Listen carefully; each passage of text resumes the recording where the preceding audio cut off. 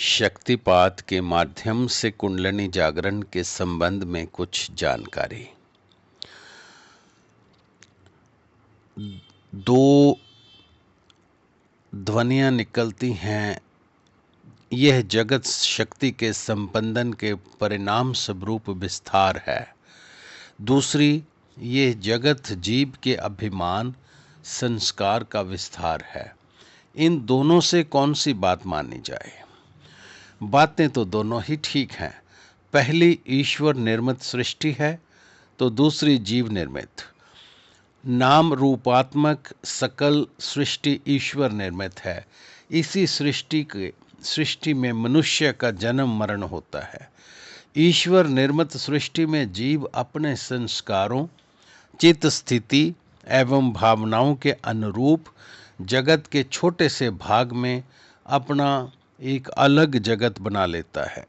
जीव निर्मित यह जगत मनुष्य के अभिमान का विस्तार है, क्योंकि संस्कार, भावनाएं आदि अभिमान के कारण ही हैं। दूसरी बात से भी कुछ भ्रांति पैदा होती है। एक और ये कहा गया है कि सारा जगत शक्ति की लीला का विस्तार है।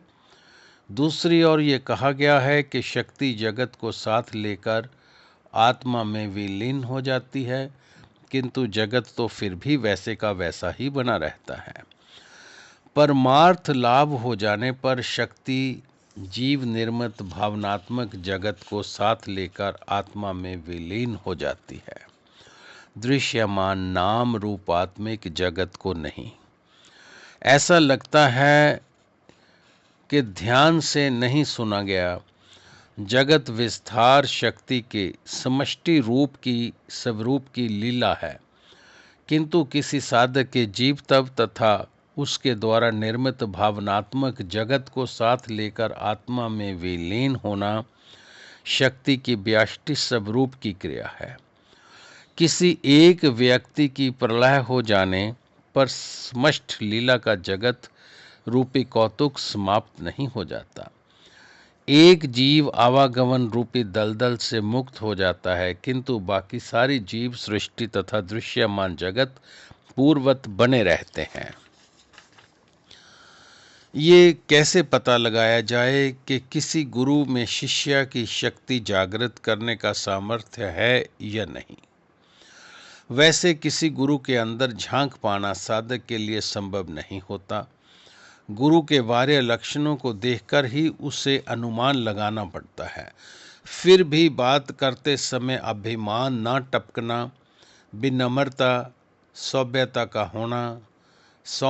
होना, दृष्टि में स्थिरता, सत्संग में अनुभव का आधार तथा पास बैठने पर शांति का अनुभव होना, कुछ ऐसे बाह्य लक्षण हैं जिससे आंतरिक स्थिति का कुछ आभास होता है। किंतु मुख्य बात तो ये है, जैसे भूख लगी होने पर सभी भोजन स्वादिष्ट प्रतीत होते हैं, उसी प्रकार यदि साधक में भी अध्यात्म की सच्ची जिज्ञासा हो तो गुरु में सामर्थ्य की थोड़ी कमी होने पर भी अपनी श्रद्धा के बल पर शिष्य उत्तरोक्त प्रगति करता ही जाता है। श्रद्धा को इतना उच्च स्थान दिया गया है। हाँ, जिस प्रकार सूर्य उदय होने पर अपने आप प्रकाश सर्वत्र फैल जाता है, उसी प्रकार श्रद्धा होने पर सभी साधनाएं हाथ बांधे सेवा में उपस्थित होती हैं। श्रद्धा साधना रूपी भवन की नींव है। श्रद्धा हृदय का पवित्र भाव है जो अन्य सभी भावों को प्रभावित करता है। श्रद्धा होने पर विवेक रूपी खड्ग स्वयं हाथ में आ जाती है, जो वासना रूपी असुर का संहार करने में समर्थ होती है। श्रद्धा एक ऐसा अभेद कवच है जो विषयों के आक्रमणों से साधक की रक्षा करता है। श्रद्धा मानवता का स्वाभाविक लक्षण है। श्रद्धा विहीन मानव पशु तुल्य है। जय गुरुदेव।